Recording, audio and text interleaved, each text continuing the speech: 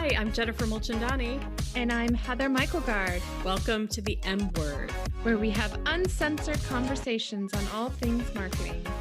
Due to COVID, we are not recording in the studio and apologize for any poor audio or technical glitches. As soon as it is safe, we will have our guests with us in the studio. Until then, stay healthy and wear a mask.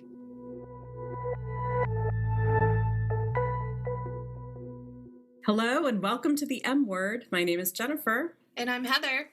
And today we're talking to Karlyn with Oh Snap Social. Karlyn is the founder of Oh Snap Social and creator of the Fan Firestarter Framework. Say that 10 times fast. It is a new approach to social media marketing.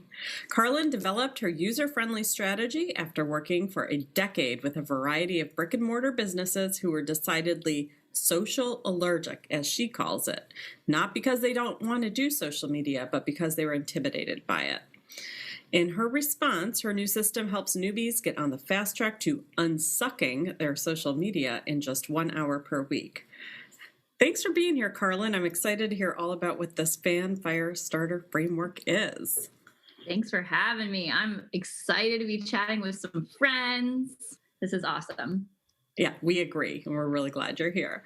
How about to set the stage, since not everybody knows you like we do, tell us a little bit about yourself, your background in marketing, and how long you've had your business. Yeah, so it's a long story, I think, like many of our kind of founding stories, but really to keep it short and sweet and simple, I started Oh Snap Social about 7 years ago as a side hustle. Like many of us did, I was working full-time for an agency. It was a branding and management agency in the area. And I worked for several startups before that and developing social media strategies from scratch. And when I was in this agency, I was learning a ton about systems and SOPs and just how to develop a framework around how to run a business. I always knew I wanted to own my own business. And I was a little gun shy at first. I was like, oh, can I really do this? Like, is this something that I have the courage to take that leap? I hired a business coach. She gave me the knowledge and tools to put in my 2 weeks notice. And I did. I took Oh Snap Social for 5 years as a side hustle, full time for myself. And I'm about to hit 3 years, which is insane, in July of 2021. So that has been kind of my journey with Oh Snap. Before that, I have a journalism degree. I've always loved writing. I was like the 10-year-old kid that was filling up composition notebooks, like of all their like 10-year-old thoughts, which I thought were genius.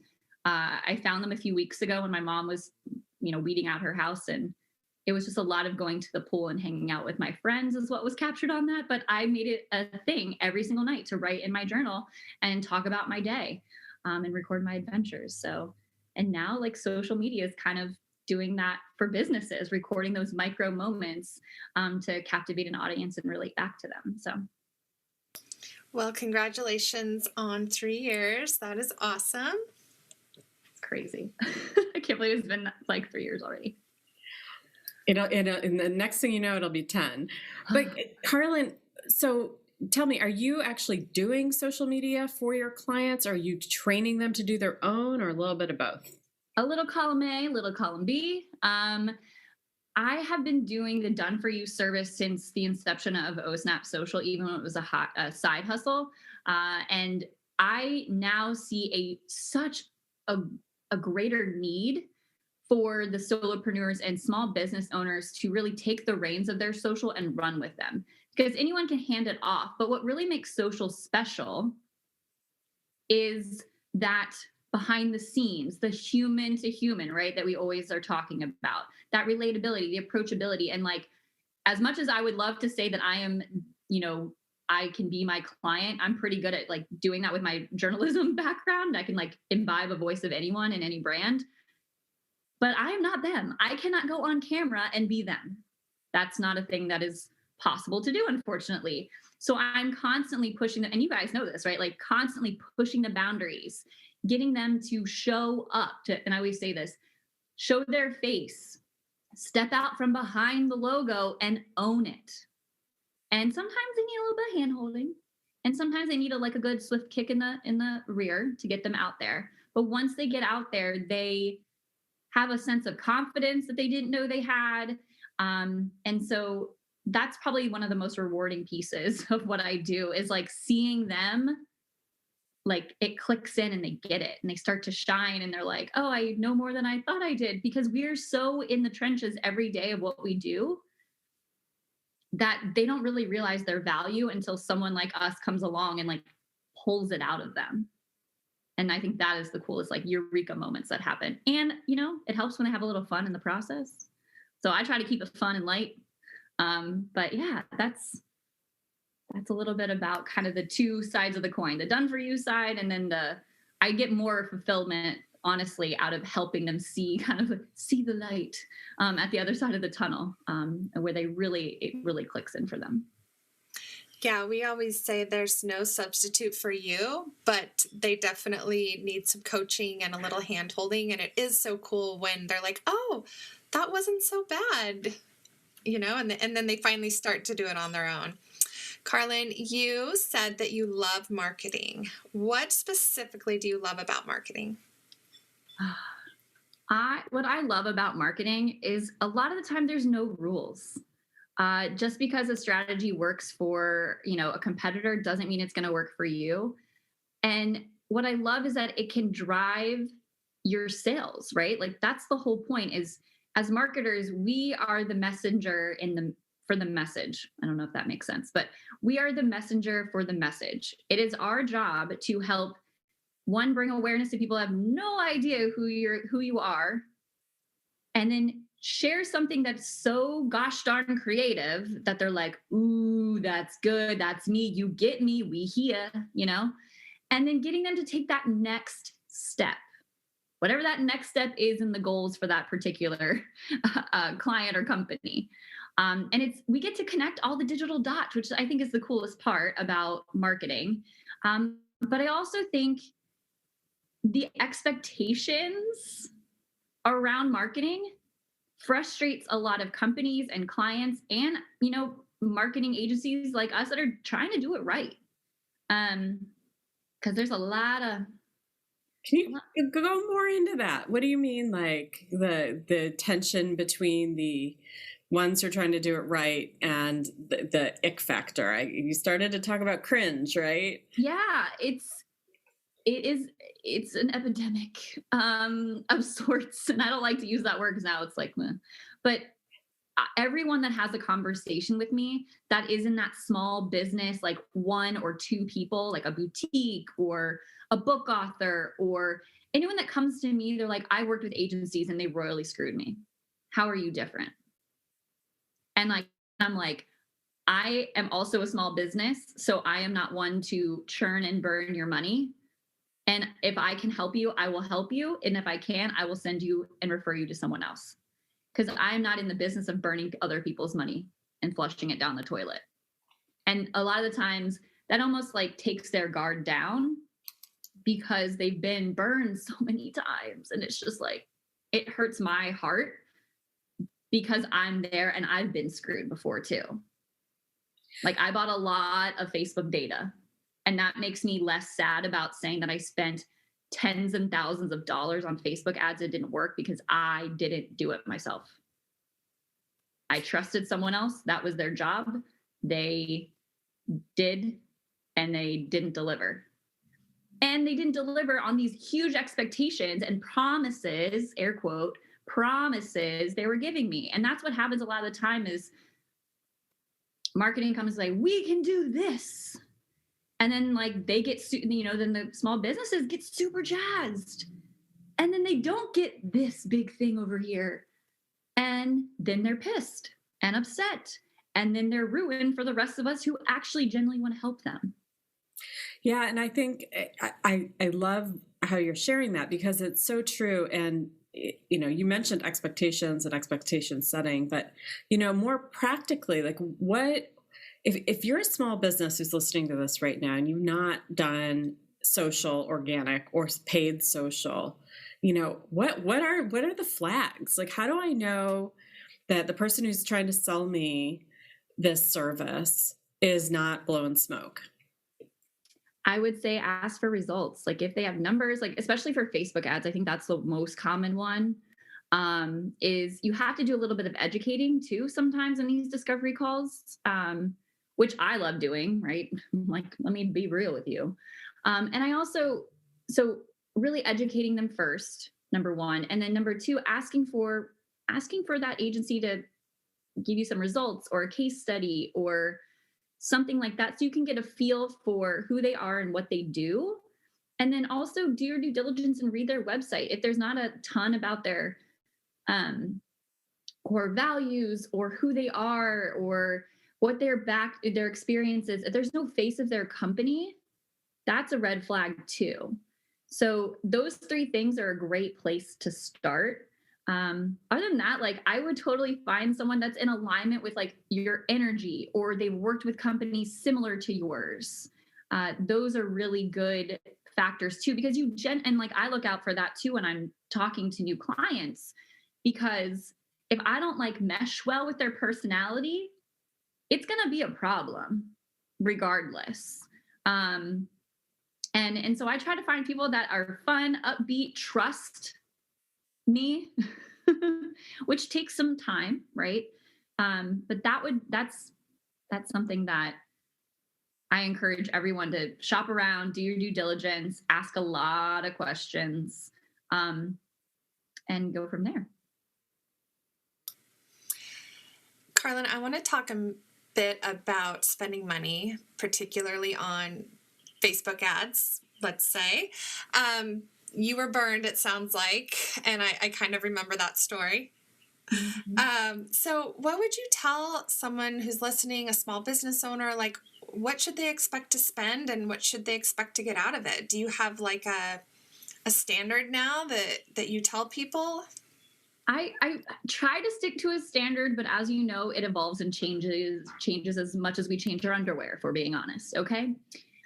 So for me, I need to get a really good handle around what is the goal they're trying to accomplish? What is their offer? I am not their business coach. I am not the CEO of their business. They need to share with us what their objective is with their ad. We want to sell 20 slots in our next webinar. We want to do this, or that. Like, and then when I look at it, if I'm like, have you tested this offer? No. Okay, well, let's test it organically first. Do people even want it? Put it in your newsletter. Those are your tried and true people. If they don't want it, then ads might not convert. And I always say like Facebook, and this is what I love, it's like Facebook is a great place to start an ad campaign or like test something because it's cheap. It's really cheap to get your ad in front of eyeballs, really inexpensive, versus like a billboard that's tens of thousands of dollars on the interstate and people are driving by at 80 miles an hour and they don't even see it. So, and that's where there's some I think people, again, are waking up to the fact that digital is more cost efficient. It takes less time and energy. And you can actually see the data and the results. Versus a billboard, you don't know how many people are driving past it at 80 miles an hour, how many people are pulling over, snapping a picture, and remembering that for later. You don't know that. Facebook ads, you can see that. Is this working? Is this not working? Do we need to switch up the strategy? So my recommendation is, if you have not already installed a pixel on your website for Facebook, do that. There's a lot of nuances now with the new iOS 14 updates, like install all of the pixels. All of the event pixels must be installed. And then, that allows you to gather that data so you can eventually retarget down the road. Run traffic campaigns to your landing page. Get people there, get people aware that you exist. And you can do that for $200 to $500 a month. But again, I know people that put $10,000 of ad spend, and then on the other side, they get $50,000. So your ROI is huge in that capacity. So it really just depends on where you're at. Most of the small businesses that I help, they're in that $200 to $1,000 ad spend, We're creating leads, we're getting them to have downloads and add people to their email list, or we're getting them signups for their webinars. That's kind of where they're at, or we're just driving traffic to their website. So it sounds like you are not a business owner who's afraid to invest in her own marketing, because you have stories to tell of bad investments in your own marketing. So where does that leave you today in terms of where are you prioritizing investing in your own growth, and why are you investing where you are? Yeah, I love this question. I am investing right now in a team. We're small, but we're mighty. I have 2 other people that help me with content development and community management for our clients, all that manual Instagram engagement, right, that the client doesn't want to do. So I have someone that's really great from the hospitality world that helps with that. So she's got that, the pleasant factor and can really take note of the voice and tone. And then I have an integrator, which I guess is like an OBM. I have someone that's helping with all of my SOPs and getting all of my business stuff taken care of, because not my zone of genius. Let me create content all day long. I do not want to do that. So she's helping me with that so that's where I'm investing. Now on the social landscape, I'm going in on Instagram and LinkedIn. Why? LinkedIn is where people are going to sign a contract with me because they're there to do business. Instagram, quite honestly, I just like it. It's like one of my favorite ones. And it opens me up to other social media managers. So if and when I decide I want to create more of a digital product or something, that audience is going to be more readily there. So kind of like 2 different audiences. One's more fun, one's more buttoned up, though the fun stuff is working really nicely on LinkedIn lately. So those are the 2 that I'm going in on. And then I have to feed the fire on the others just so people, see that I'm active. Karlyn, I follow you on both, and I've seen your very fun posts on Instagram. Is there any marketing tactic that you haven't yet tried, maybe because it's a little out of your comfort zone? And what would that be? Any type of live video. I love video, but I am not good on the fly, like at all. Like I need to be prompted. I need people to ask me questions, which is why podcast is great. But the thought of me doing my own podcast or own live show literally gives me anxiety. But I also know Facebook Live is where it's at. So for Facebook, in terms of Facebook, right? And I've done some in the past, Heather, and it was really fun. But I think I get that the tech tools and all of that get in my way. And it used to be a lot simpler for me. And I'm like, I need StreamYard now, and I need this. And I'm like, can I just hit record? Why is it so dang hard? And I want to get LinkedIn Live because I feel like that would be more valuable for me.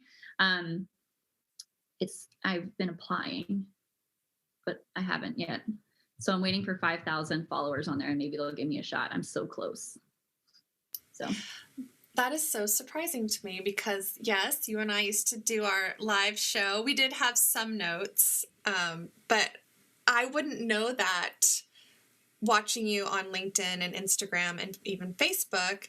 And I think it's just a testament to those listening who, are like, oh, I could never do that. Even those of us who are doing something get nervous and we get scared. And actually Facebook Live, I would much rather just go for it without a script. And to me, that's my comfort area right now. But putting together a reel, I need your tips. I love me some reels, man. Those are fun times. Love them. I encourage everyone to do them because just the cold reach. It's crazy. Yeah, that's right. And it's fun. But part of what you were saying that jumped out at me, because you didn't say it this way, but is sometimes we create barriers for ourselves to do marketing, right? If I don't do it this way with that tool, then I don't want to do it. Maybe we're perfectionists, or we just are just intimidated by it all. And we see this with our clients too. It's like, sometimes you just want to say, like, just do it, get out of your own damn way, right? Like, stop creating a barrier to entry, because to do a lot of these tactics, as you've said already, Karlyn, it's just hit record. And maybe it isn't going to be something that you've seen out there, but it's going to be better than not doing anything. So I really want to go back to where we started, and that was you sharing this system that you've created to really work with folks who are intimidated by the whole thing. And you're saying in an hour a week, you can get people going from 0 to engaged on their own social. So tell us more about this. How, what, where? Yeah. So the Fan Fire Starter Framework. Yeah. I tried to say that 10 times fast when I first made it up. I was like, I love alliteration, like love alliteration. Anytime I can be, redundant like that, I'm here for it. But it really, and I was like, okay, how can I break down the Fan Fire Starter Framework in a way that's even easier to consume? And it's simple. PSA, pulse check, strategy, advance. And the advance piece is kind of broken out into 2 little spokes where it's like implementation and management, right? And so with the pulse check, if you are not popping the hood on where you're at, how on earth are you going to know where you're going? Like, how are you going to be able to put a strategy together if you're not drawing a line in the sand and saying, okay, this is where we're starting from. This is the content that's working well. This is the content that's absolute garbage and we should never do this again. But a lot of times, like, and I know you guys see this too all the time, is they're posting and then they're ghosting and they have no idea what worked. And then they get frustrated because they're like, this didn't work. It's like, well, did you keep posting that same type of thing for months and months? Why didn't you switch up the strategy? And that's where we come in as professionals to help them. And so the strategy is to make sure everyone's on the same page, that they know where they're going. They know what success looks like on social media. And I can't tell you how many times I've asked people on discovery calls or whatever, what does success look like for you on social media? And the amount of blank stares that I get when I ask that question is, I'm just like, okay, well, let's start there, right? Like really, because that helps me manage their expectation. And if they say something like, I want 10,000 followers in a week or a month or whatever, I'm going to be like, that's cute, boo-boo, but that's not it. Social is a long-term game, period. You got to be in it to win it. And you got to be, buckled in and ready to rock with a strategy in place. And then the implementation piece, we all know that's the fun part. That's the content creation. The management is nurturing the community, which we all know. And then reevaluating everything. Now, talking about the content per, an hour to get it cranked out, that's all you need, because I think you hit the nail right on the head too, Jennifer, is people overthink everything when it comes to their social. Because I think what starts to leach into the brain is, I'm not as good as so-and-so. That's already been done. What makes me the expert in talking about this, right? It's that imposter syndrome. It's that comparison. And then just the lack of knowledge and experience on putting themselves out there. But I'm with you. Just press the dang record button. See what happens. If Joanna Gaines can film an entire Food Network special on her iPhone with her kid as the cameraman and also forget half of the ingredient, you can hit the record button too on your phone, or have your kid or husband or wife, whoever, record you. Like, you have value between your ears. Share it with people so they know that you exist. People are looking for solutions that you provide. You're not showing up for them. You're doing them and also yourself a disservice. More importantly, them. And that's what people do. Like, everyone makes it about them. I feel uncomfortable being in front of the camera. I don't want to do this. I feel uneasy. But isn't part of it though? Like, you work with retailers, right? Brick and mortar business people who, and we've heard this too, like, I sell cookies, or, I'm a dry cleaner. Like, what do I have to say on social media? Like, what do people want to hear from me? How do you help them see that there's a story they could tell? Asking a lot of questions and getting so excited when they tell me their story that they like suddenly like are energized by the fact that I was like, that's the best story. Like, that's such a great, why aren't you sharing that on social? And I'm like coming from an actual genuine place, because I have a junk removal company as a client right now. Junk ain't sexy. It just isn't. It's not pretty pictures. It's not, but there are some creative ways that I'm super stoked to put out there into the world that share their story, that make them different than their competitors, right? And it's finding that differentiator that's going to resonate with their audience that no other dry cleaner or no other baker or dentist or whatever has, that they do, that will resonate with someone. There's 850 million social media people in the world, but not everyone's going to resonate with like my ridiculously high energy. Some people may like, you're a lot. I'm going to be like, I know. I'm not for everybody, and that's okay. It's okay. Karlyn, what have you seen over the last year in regards to the pandemic and digital marketing? What have I seen? I've seen a double down in digital, and that's been super, super exciting. I think people are waking up from their social hibernation and realizing, since they couldn't rub elbows with other professionals locally or otherwise, that they need to take this social media thing seriously, especially on a place like LinkedIn. I've seen more use there, tenfold. And even myself, just giving my own profile a facelift with some keywords and all that good stuff. Last year generated 15 grand extra on my bottom line that I wouldn't have had otherwise. So there is power in taking another look at your profile and finding other people to connect with on a place like LinkedIn, whether it's local or ballooning out to a more national level. But I think people get so stuck in a rut when it comes to LinkedIn. They're like, it's just a place for my resume. No. It's a place for you to be a resource for other people, just like most social. Share your story, share what you're working on, share a win, do a fun podcast with your colleague and share it there. You know what I mean? Like there's a lot of different things that you can do on LinkedIn. And what I love about that one in particular is, for the B2B people that are listening, you need to be there. You just need to be there. Show up consistently, engage, share your value and your expertise. I don't know if that answered your question, but. That's great. So, given the industry that you work in and I think you quipped that it changes as much as we change our underpants. Facts. Where and how do you keep up? And, are there people or sources or resources that you look to for your own continuing education, or people that you respect a lot in the field? Yeah, you have to be careful with who you follow, to be fair, because I also get stuck in, like all of us, and stuck in the comparison. And everyone's like, you gotta do like 800 reels in one day. And you're like, but I'm running a business and I'm doing it's easy to feel overwhelmed.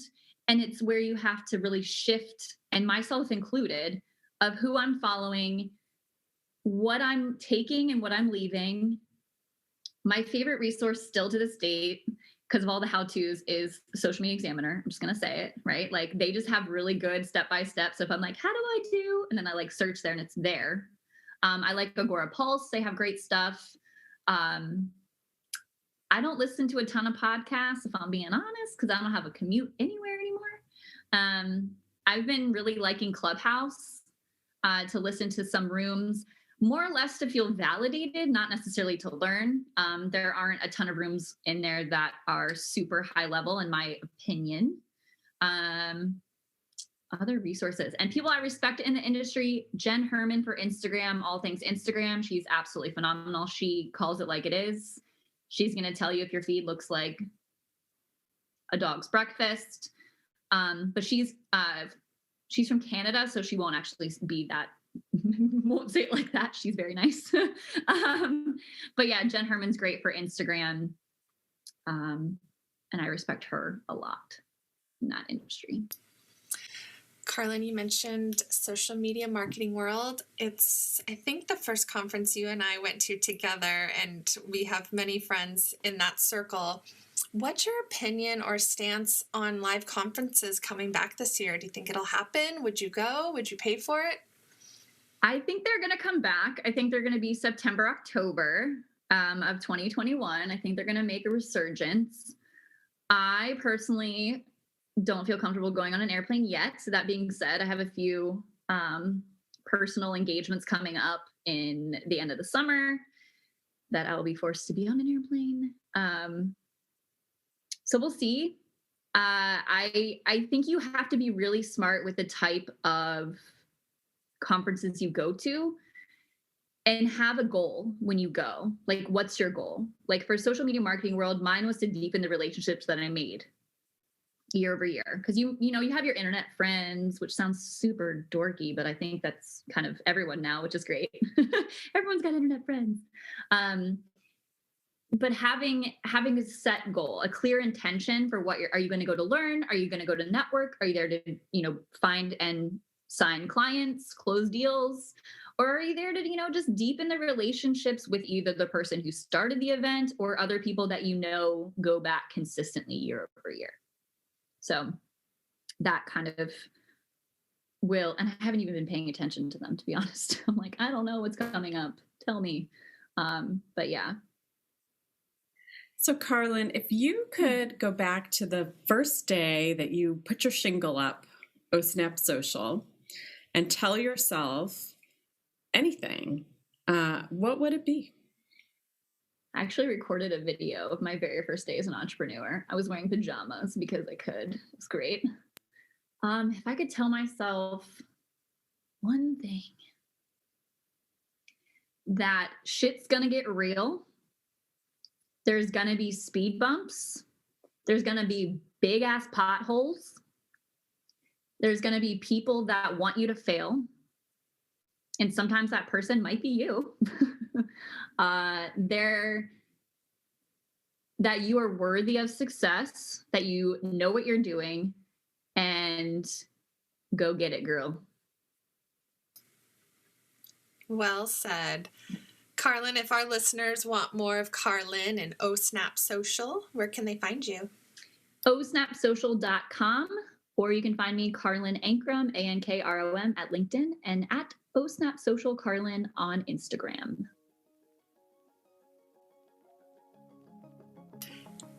That is awesome. So thanks, Karlyn. This has been a lot of fun talking with you today. Our time always flies by, especially having a friend here, which is really, really nice. So appreciate you sharing your insights.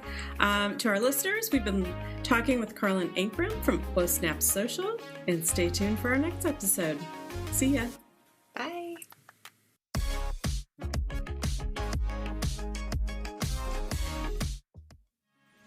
Thanks for listening. We hope you'll come back. Subscribe to the M Word wherever you listen to podcasts. And for more uncensored conversations, visit the M Word page at arlingtonstrategy.com.